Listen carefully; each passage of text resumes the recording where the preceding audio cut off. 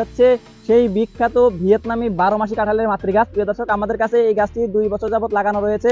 দেখতে পাচ্ছেন গাছটির উচ্চতা আছে 4 থেকে 5 ফিট বা 5 থেকে 6 ফিট হয়ে গেছে। প্রিয় দর্শক, এইরকম অনেক মাতৃগাছ আমাদের কাছে স্টকে আছে। দেশি বিদেশি সকল ধরনের ফলের মাতৃগাছই আমরা স্টক করতেছি আলহামদুলিল্লাহ।